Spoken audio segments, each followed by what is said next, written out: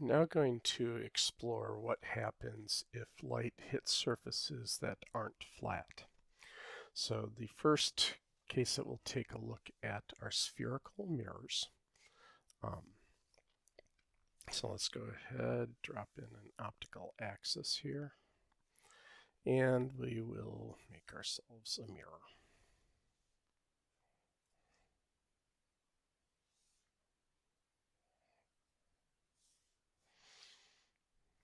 Okay.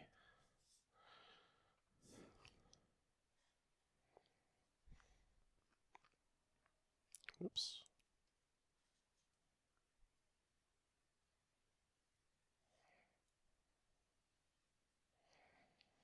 There. Something like that. Alrighty. So what we would like ideally is to have a shape where if I have a whole bunch of parallel rays of light coming in, say from the sun or something like that, all those rays would converge upon reflection. All those rays would converge to the same point. Now, it turns out that there is a geometric shape that will do this for us. It is not a sphere. It's a parabola. However, parabolas are usually parabolic mirrors are pretty expensive to make, although CNC machining technology has gotten cheaper, so it's more doable than it used to be. And it turns out that as long as you just do a small section of a sphere, that small section of the sphere looks pretty much like a parabola. So here, all the rays are reflecting following angle in equals angle out at their individual normals.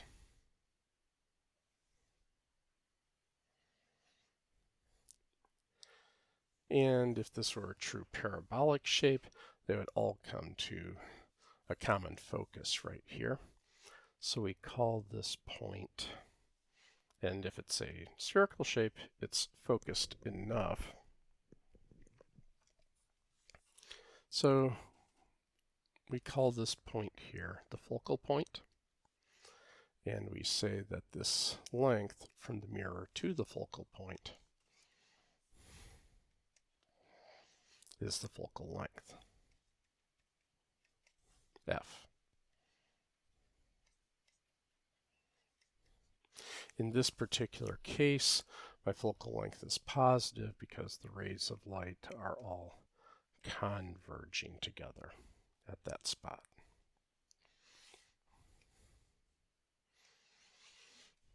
Okay, now, like I said, ideally the shape you would want would be a parabola, but parabolas are expensive and small chunks of spheres work good enough. Okay, it'll also turn out, so I'll just present this now, that this focal length turns out to be 1/2 the radius of curvature. Oops. Of the mirror. Let's try that again. So, about out there somewhere.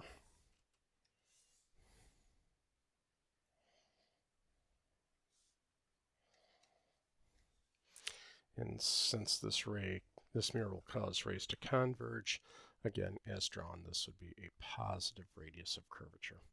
So this would be the center of curvature, which I did not draw it accurately.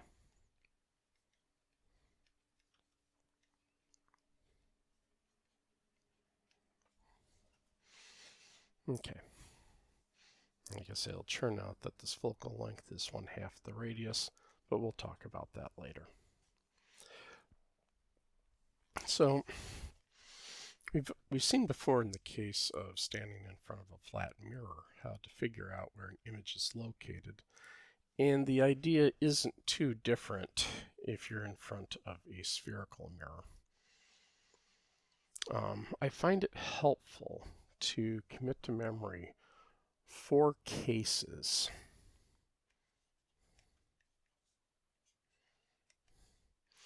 to help guide your intuition. The first case here is going to be when the object distance is greater than 2 times the focal length, and the focal length is positive. So once again, I will drop in an optical axis, and I will note my center of curvature here, C.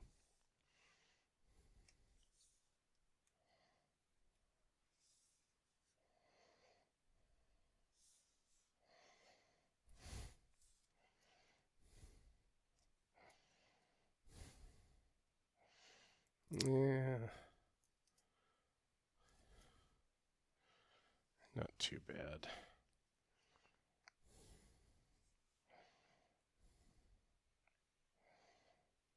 There we go. Had it for a second there. Got it. All right, and again, let me erase most of this mirror here. Oops, not all of it. Most of it.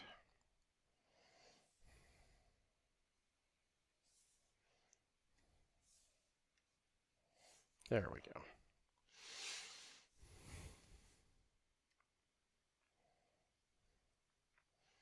So, get a little overzealous there.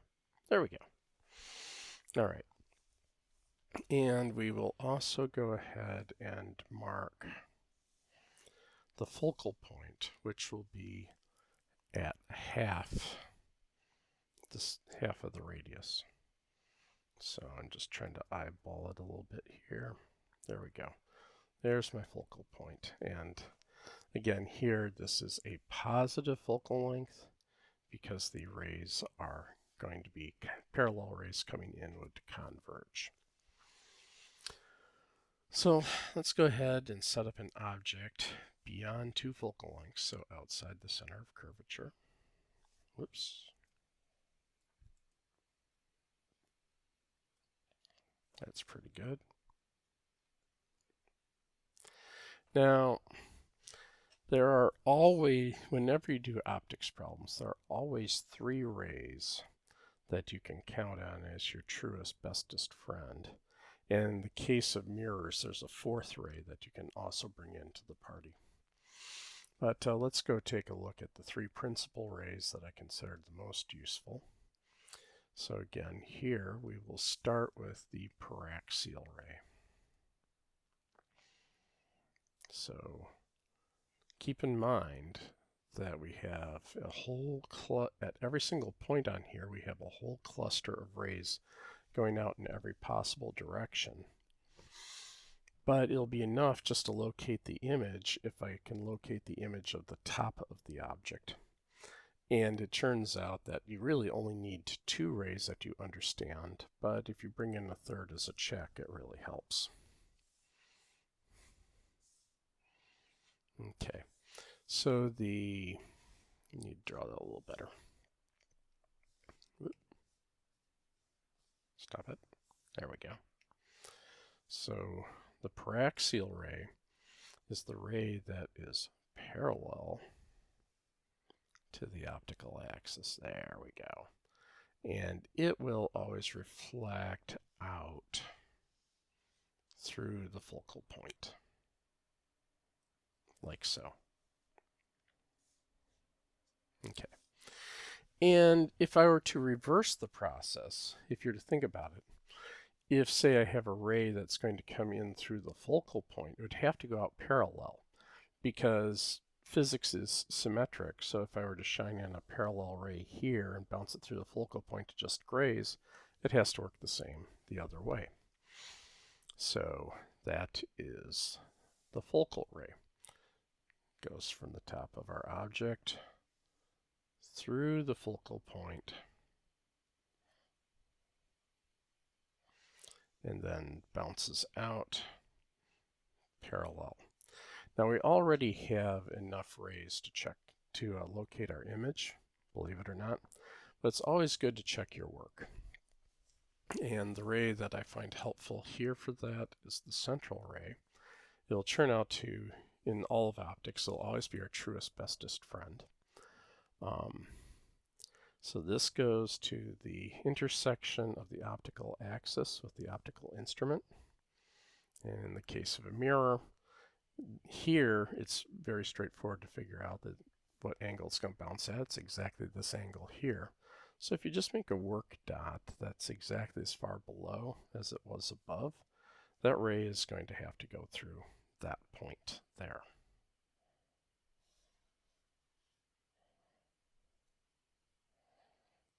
Okay. Not my best artwork, but not too bad. All right. Then where these three rays intersect is the location of the image.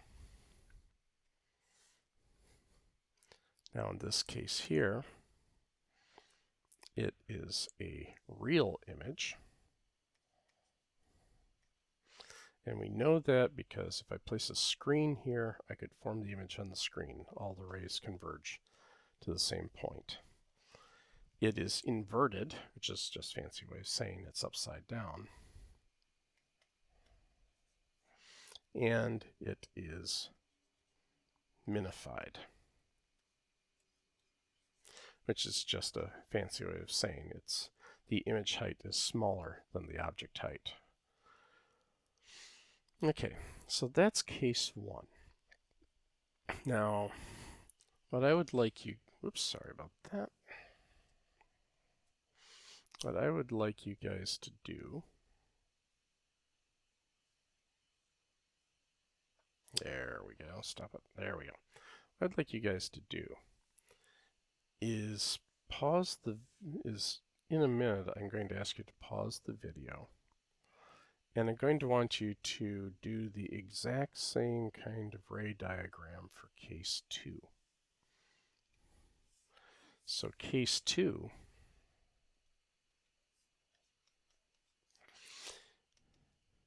is when the object distance is, case 2 is when the object distance is less than 2 times the focal length, but greater than the focal length, and the focal length is still positive.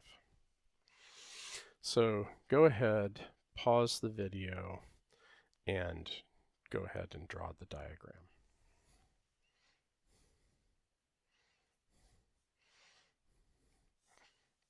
All right, so let's see what you all got.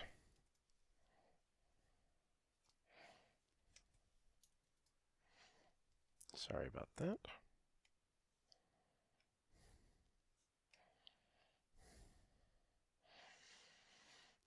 Not too bad so far. All right, so we need to take out the rays. There.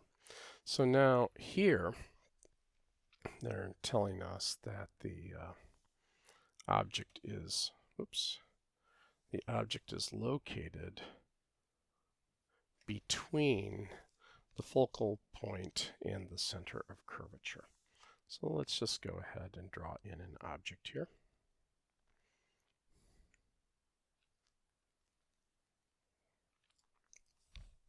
Sorry about that.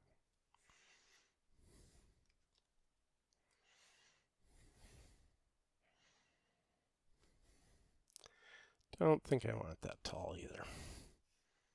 Yeah, probably something about like,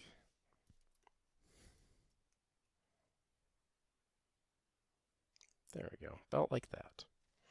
That's pretty good. Drawing my little arrowhead. And again, it's the exact same recipe. You draw the paraxial ray.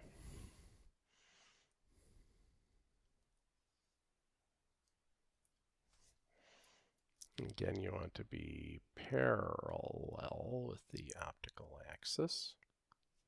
Said parallel. There we go. That's going to go out through the focal point. like so. And then we'll draw the focal ray. So that is the one aimed at the focal point. Oops.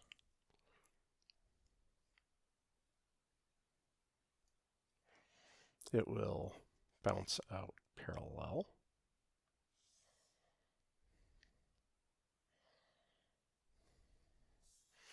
And then finally we can check our work with the central ray, our truest, bestest friend.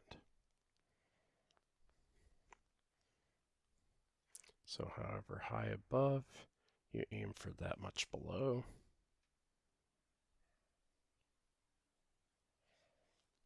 Oop.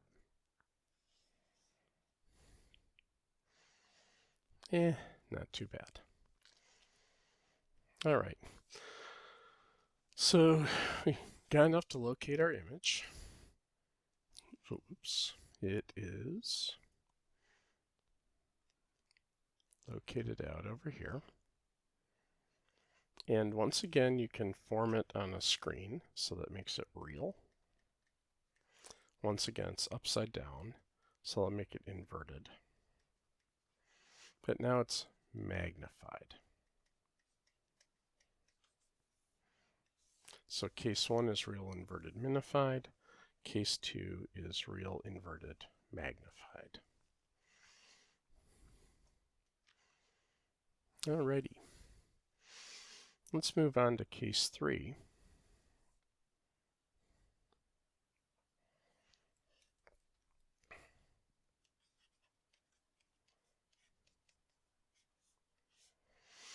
In case 3, the object distance is now less than the focal length, but they're still both greater than 0.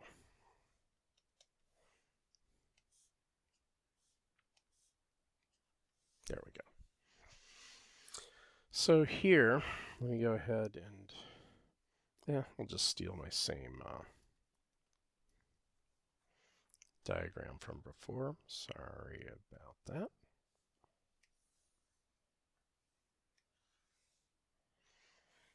Okay, erase, erase, erase, erase, erase, erase, erase, erase. Okay. So now they're saying that the object distance is inside the focal point. Now it turns out that we're going to have to be a little more careful about how we treat some of the rays. So let me put my object, say, here. That looks good. So the paraxial ray still works the same way.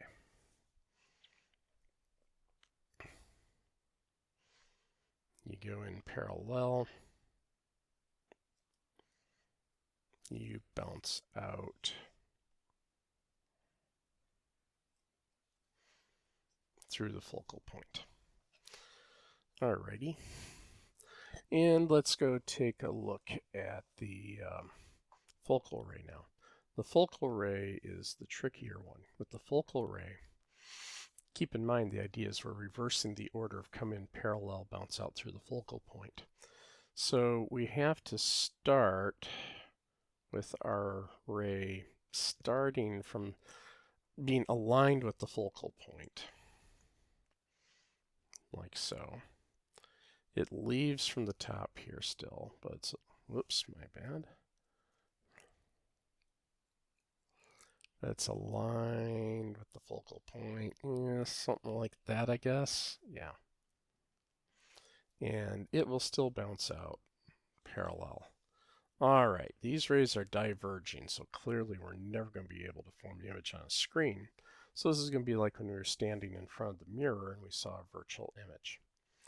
So we can go ahead and check our work with the, put in the central ray just for an extra confidence boost. That's going to come in like this and then basically out about the same. Yeah, something about like that, I guess. All right. So you're going to have to look through the optical device in order to see the image. So this would correspond to like the sort of mirror that you might look into to put in your contact lenses if you wear them.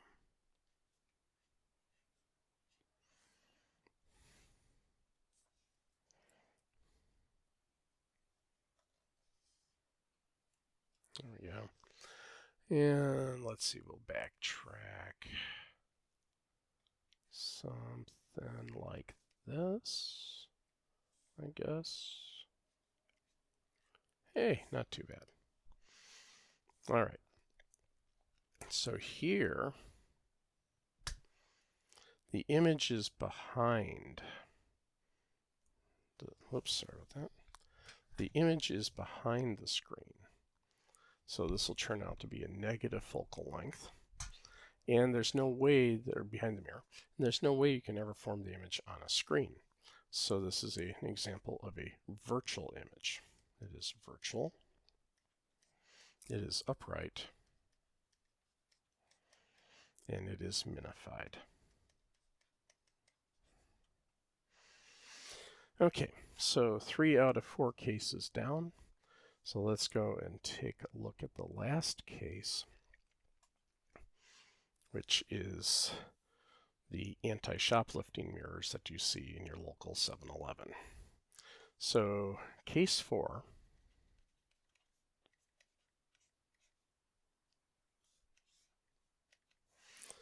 is just plain the focal length is negative. So that means that's going to diverge the rays away from a focal point. So let me put down an optical axis. Okay, that looks pretty good. Let me mark a center of curvature. It's going to be out over here now.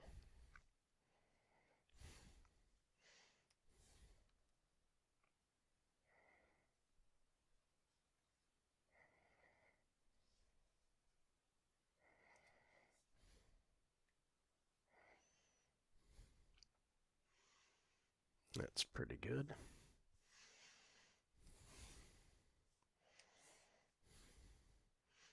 We don't need the whole sphere, so we'll make most of it go away. Alrighty. Once again, the focal point will be located halfway between the center of curvature and the mirror. So this will correspond to a negative radius and this to a negative focal length. So it doesn't matter where you park your object. It's you can park it anywhere in front of the mirror you like. Let's do it, say, here. Okay. So now, with a diverging mirror, the idea here is that the rays are going to bounce away from the focal point. So something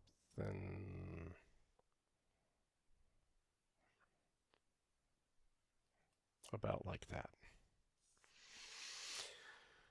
And the focal ray, it's going to be the same kind of idea here. So remember what we're doing is we're reversing the direction of a paraxial ray. So here the focal ray would be a ray that is aimed at the focal point. And it would bounce out parallel. Then finally, you can always check your work with the central ray, your truest, bestest friend. It's also probably worth noting here that there is a fourth ray you can do if you like. The ray that is aimed, that either originates off of the center of curvature or passes through it, that will always bounce straight back. But that's special to mirrors, so I like to avoid it because these 3 rays also work for lenses. All right, well, we're definitely going to have a virtual image. So let's start backtracking the rays.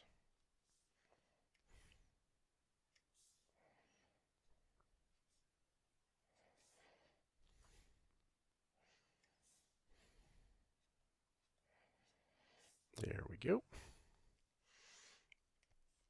And we've located our image.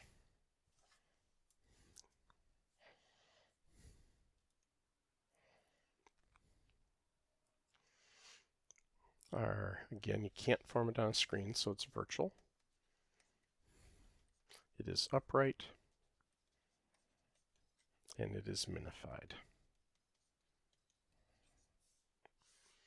And so those are the 4 cases. All right, so I have a puzzle for you. It turns out that this is the sort of mirror that in North America is used on the passenger side mirror of a car. It's done in order to give you a little wider field of view than you would have if you had a flat mirror. However, you just took a look at this. If I draw the ray diagram, you can see that the image is located closer behind the mirror than the object length was. Yet, the regulators in North America always require that the warning be put on the passenger side mirror. Objects in mirror are closer than they appear. Well, why the heck is that? Since you can see clearly that the image distance is already short. So you'd think they'd be saying farther than they appear or something, right? Why do they say closer? Pause and ponder that for a sec. Okay, it turns out that the eye is actually pretty lousy at gauging distances.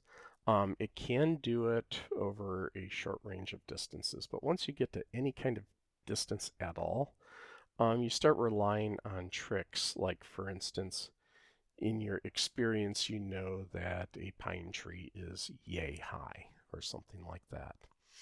And so what your mental database is not expecting is that you're looking at the image of a Matchbox car, the Matchbox car height image, tucked just behind the mirror. So your brain says, oh, it's a tiny little car, and oh, if I look at that pine tree behind the mirror, that's a big, huge pine tree. So it must be the case that the car is really, really, really far away. And so you don't even bother using your turn signal, you just change lanes, and then suddenly there are horns blaring, people yelling. It's a bad scene. So, but that's why they put the warning there, is it has more to do with our psychology of how we gauge distance, given that the eye can't do it physically for more than a short amount of distance. Okay, in the next video we will be doing this all with numbers. Have a good one.